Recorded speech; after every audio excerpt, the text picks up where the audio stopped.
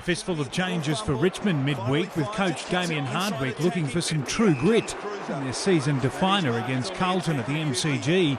Their top four credentials questioned after reality bit the Blues last week. That open all guns blazing. Over to Robinson. Oh, gee, cheap goal for the Blues to start the game. Exposed for height and bulk in the defensive 50 against the Eagles last week, the Blues forwards would work overtime early, kicking the first three.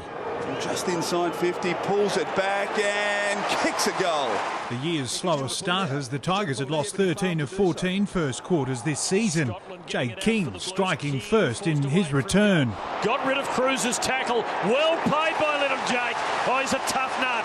But the Blues were on a roll. Best on ground last time they met. Bryce Gibbs would goal from long range. And he finishes with a goal. Up by 22 at quarter time, Carlton's skipper would shake off the effects of the flu to deliver for Betts. Across the face. Betts has marked it. I reckon he meant to hook it back, Joe. I don't think he had a shot for goal in the end. Okay.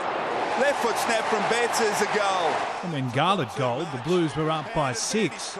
Certain goal to Garlett. Richmond's backline was falling apart. Carlton strolling into goal. And kick it for another. Jack Revolt would stop the rot with his first. Cochin delivering the Tigers fans some hope before half-time. 2 within a minute for the Tigers, perhaps. Yes! But the Blues were relentless, kicking the next 3 straight to stay out of touch.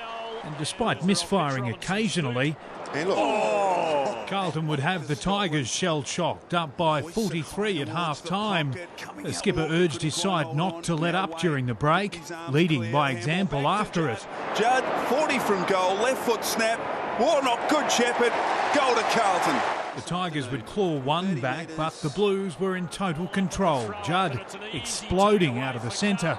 Judd for his second of the quarter. Oh, it's a beauty. A monster. Jack Revolt would continue to fight for scraps at the other end. This his third. And steered right through the middle by the Coleman medalist. Jared Waite had provided an effective target up forward on his return from injury. He'd become the Blues' 12th goal kicker. Holding the ball again at issue. Lovely kick from Waite. Blues go further ahead. Carlton were running rampant, banging in 9 third-quarter goals. The Tigers rendered totally toothless. Betts at the back, soccer goal.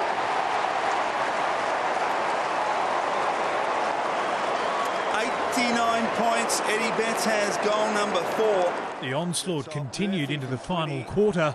Murphy and Garlett were unbeatable on the ground up forward, both goaling, while Jared Waite continued to dominate in the air. Oh, he's got it. He's got it again. This time opposed to post. From 45, beautiful kick. Just 7 days ago, Damien Hardwick was eyeing a spot in the top 8. Today, one of the club's darkest. For Brett Ratton, his side's top 4 credentials franked in style.